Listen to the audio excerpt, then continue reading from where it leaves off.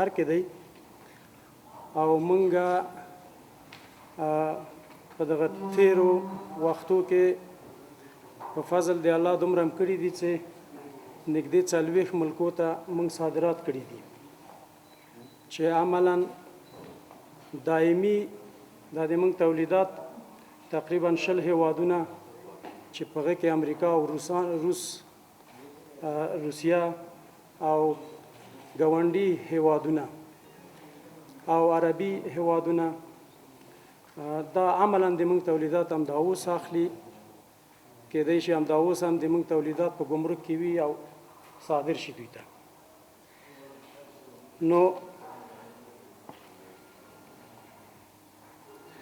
نو نن د دې غونډې سره د دې افتتاح سره مونږ کولی شو تر څو خپل غږ د اسلامي امارت محترم مسؤلینو ته ورسو چې دوی باید د صنعتکارانو لاس ونیسي د دوی ستونزې حل کړي د دوی ستونزو ته رسیدګي وکړي همدغه صنعت ده همدغه تجارت ده چې د یو هیواد اقتصاد په خو دروي نو که چېرته موږ او تاسې ټول په ګډه یو بل ته لاس ورکړو او د یو بل ستونزو ته رسیدګي وکړو نو انشاءالله دغه خنډ چې موږ او تاسې په اقتصاد کې اوس رامنځته شوی ده له دغه بحران څخه به په اسانۍ ووځو یوازنۍ د ده حل لاره د کورني تولیدات دي چې که چېرته موږ او تاسې کورني تولیداتو ته وده ورکړو صادرات وکړو او د خپلو صنعتکارانو لاس ونیسئ تاسې مشرانو اسلامي امارت مسؤلینو هم خواهش ده نو انشاءالله موږ او تاسې له دغه ستونزې نه اوس چې لاس او ګریوان ورسره یو دې نه انشاءالله وځو نو نړۍ مننه زه د خپل د تولیداتو د فابریکې په استازیتوب او د ټولو صنعتکارانو په استازیتوب خصوصا د المونیمو او د پخلن د پخلي په پخلنځي د لوښو په اتحادیې په مشرۍ یا په نمایندګۍ ډېر خوشحاله یم خدای دې تل داسې غونډې لري چې موږ او تاسې خپل مشکلات پکې بیان کړو او د حل لارې چارې ولټوو السلام علیکم و رحمت الله وبرکاته ضمن عرض سلام و خوش آمدگویی به همه حضار محترم صنعتگران سیاستگزاران و همچنین مجاهدین محترم خبرنگارا و همه ملت مسلمان افغانستان عرض کنم که ما در حدود 15 یا 20 سال گذشته گرچه که من میخواستم یک متن را آماده بکنم فرصت نبود نتونستم کامل بنویسم در 15 یا 20 سال گذشته صنعتگرای افغانستان تلاش کردند به خاطر رشد اقتصادی این مملکت برای خاطر خودکفایی و به خاطر رسیدن به یک اهداف خاص که خداوند میفرماید در قرآن میفرماید الکاسب و حبیب الله کاسب حبیب خداوند است یعنی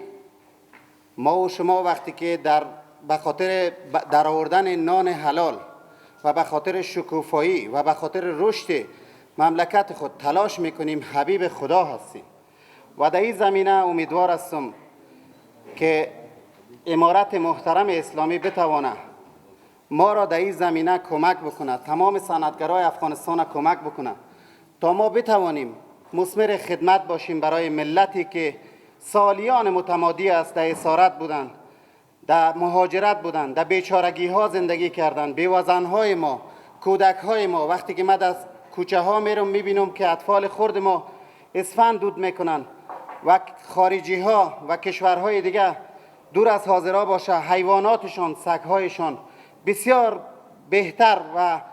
خوبتر از کودک های ما زندگی میکنن. واقعا من تاسف میخورم، جای حسرت هست و امیدوار هستم که این جهاد و این پیروزی برای همه ملت افغانستان زمینه شروع دوباره برای جهاد سازندگی باشه، جهادی باشه که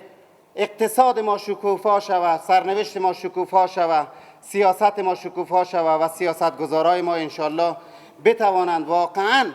در افغانستان خدمت کنند. و آله و صحبه اجمعین. درود و سلام دی بید بشرت پرستر پیشوا حضرت محمد مصطفی صلی الله علیه و آله و سلام. در ټولو د مخه د ټولو محترمو حضارو په اجازه نمونه نه راځي، د ټولو محترمو ورونو په اجازه خدای مو راوله هر کله راسي. په افغانستان یقینا د خوشبختۍ په یو صحنه کې قرار لري چې ټوله د افغانستان دغه اوس چې موږ دلته د افغانستان د هر ګوټ خلک پر یوه سرخان په یوه ځای کې سره زموږ د ټولو لپاره د خوشبختۍ ځای دی. زه د دغه اتحادیې چې جوړه کړې ده غواړم چې دا اتحادیه د افغانستان په خیر کې واقع شي. افغانستان اوس ټوله وزارتخانې ټوله چې موږ کوشش کوو چې د افغانستان صنایع څنګه تقویه شي. د افغانستان باید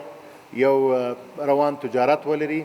او حمایوي صنایع ولري چې انشاءالله په دې کې زموږ سره وعده شوې ده د افغانستان د سوداګرو سره، خصوصا د سوداګرۍ د خونې سره چې څنګه کولی شو خپل تجارت په ښه طرح پر مخ بوځو او څنګه زموږ صنایع حمایت شي. نو انشاءالله په دې کې کار ډېر روان دی. دوستانو بانکو ته اشاره وکړه، د بانکو سره هم انشاءالله خبرې روانې دي او انشاءالله هغه ستونزې چې په بانکو کې ټول ابعاد سنجول کیږي او انشاءالله په مشوره سره د سوداګرو به انشاءالله دا مشکل هم حل کیږي. فلزات یا د ویلې کېدو موږ د دې سره کاملا موږ د دې سره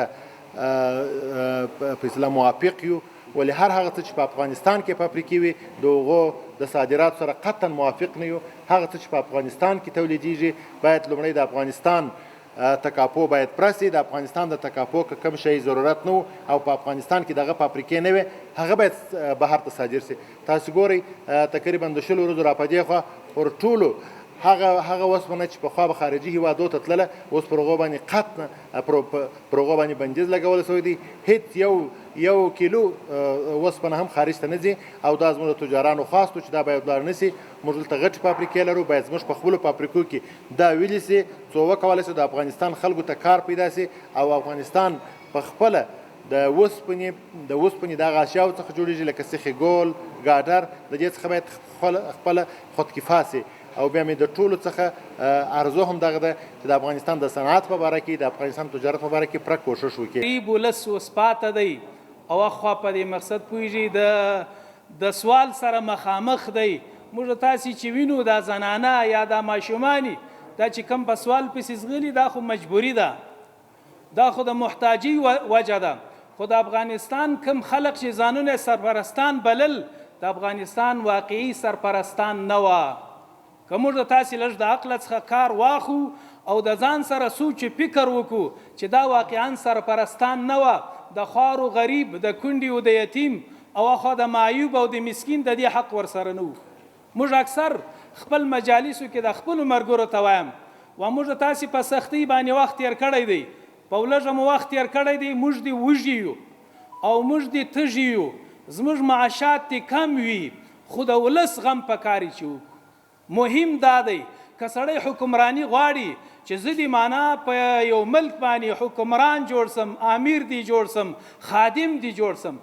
اصلي واقعي د امیر معنا خادم ده. که سړی غواړي چې زه ځان خدمتګار جوړ کم، ملت ته خدمت وکم، ولس ته خدمت وکم، نو دوه شانو باندې کیږي. یو امن چې یو به د بل د چا د جیب غل نه وي او بل په دې مقصد پوهېږي د مسلمانانو د رزق غم خوړل. حقیقي رازق خو الله دی، په دې خو زموږ ستاسې ټولو ایمان دی، خو اسباب و وسایل هم الله رالیږلي دي. د اسبابو د وسایلو څخه پکار چې کار واخیستل کړه سي. ټول تجاران ورونه، ټول صنعتکاران دا پکاري افغانستان ته متوجي سي. که په بل ملک ته سرمایه ګذاري نن وکړي او د بل ملکی معنا خپل سرمایه کښېږدې سبا داسې ټیم در باندې راځي چې د خپل وتل به دې دغه ملک په اختیار باندې نه وي. آژانس خبری پژواک، انعکاس دهنده حقایق.